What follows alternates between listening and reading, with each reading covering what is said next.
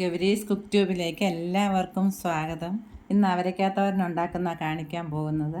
എല്ലാവരും കഴിക്കാൻ ഇഷ്ടപ്പെടുന്ന ഒരു ടേസ്റ്റിൽ എങ്ങനെ ഉണ്ടാക്കാമെന്ന് നോക്കാം. വീഡിയോ കാണാം. തോരൻ വെക്കുന്നതിന് വേണ്ടി 1/4 കിലോ അവരയ്ക്ക കഴുകി വൃത്തിയാക്കി എടുത്തിട്ടുണ്ട്. ഇതുപോലൊന്ന് മുറിച്ചെടുക്കണം. അതുപോലെ വളരെ പിഞ്ചായിട്ടുള്ള അവരയ്ക്ക വേണം എടുക്കേണ്ടുന്നത്. ഇതുപോലെ ഒടിഞ്ഞു വരണം. ഒരു കൈ ചെറിയ ഉള്ളിയും 3 പച്ചമുളക് ഇതിലേക്ക് ചേർക്കുന്നുണ്ട്. അവരയ്ക്ക കനം കുറച്ച് വളരെ പൊടിയായിട്ട് അരിഞ്ഞ ശേഷം ഇതിലേക്ക് കുറച്ച് ഉപ്പ് ചേർത്ത് നല്ലപോലെ ഒന്ന് ഞെവിടി ചേർക്കണം. ഇപ്പോൾ 1/2 ടീസ്പൂൺ ഉപ്പ് പൊടി ചേർത്തിട്ടുണ്ട്. ഇനി 1/2 ടീസ്പൂൺ ഉപ്പ് പൊടിയും കൂടെ ചേർക്കാം. ഇപ്പം നമ്മൾ 1 ടീസ്പൂൺ ഉപ്പ് പൊടി ചേർത്തിട്ടുണ്ട്. ഇനി കൈകൊണ്ട് നന്നായിട്ടൊന്ന് ഞെവിടി വയ്ക്കാം.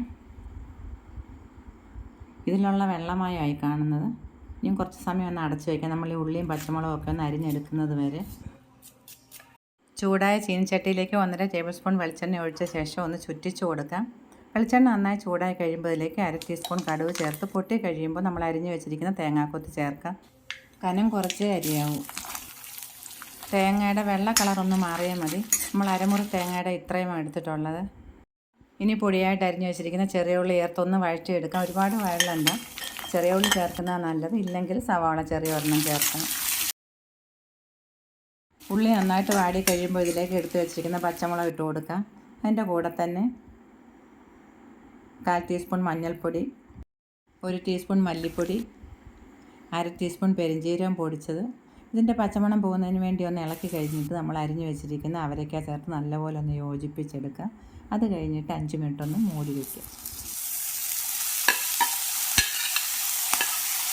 ചെറിയ ബർണറിൽ മീഡിയം ഫ്ലെയിമിലാണ് ഇപ്പോൾ നമ്മൾ വെച്ചിട്ടുള്ളത്.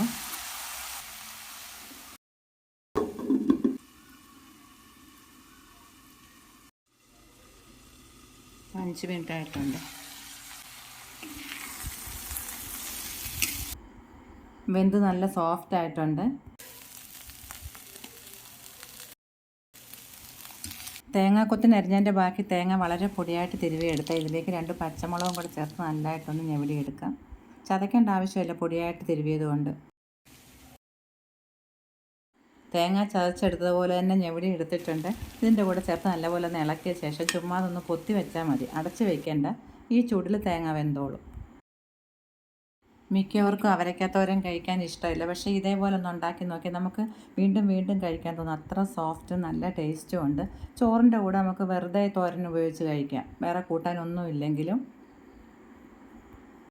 ചിലരിത് വെള്ളം ഒഴിച്ച് വേവിച്ച ശേഷം ആ വെള്ളം ഊറ്റിക്കളയും. അപ്പോൾ അതിൻ്റെ ഗുണമൊക്കെ നഷ്ടപ്പെടും. നമ്മളിതിൽ വെള്ളമേ ഒഴിച്ചിട്ടില്ല. അതുപോലെ ഇതിന് കയ്പോ കവർപ്പോ ഒന്നുമില്ല. നല്ല തോരനാണ്. എല്ലാവരും ഒന്ന് ഉണ്ടാക്കി നോക്കിയിട്ട് അഭിപ്രായങ്ങളൊക്കെ പറയണം. മറ്റൊരു വീഡിയോയുമായിട്ട് വീണ്ടും നമുക്ക് കാണാം. നന്ദി, നമസ്കാരം.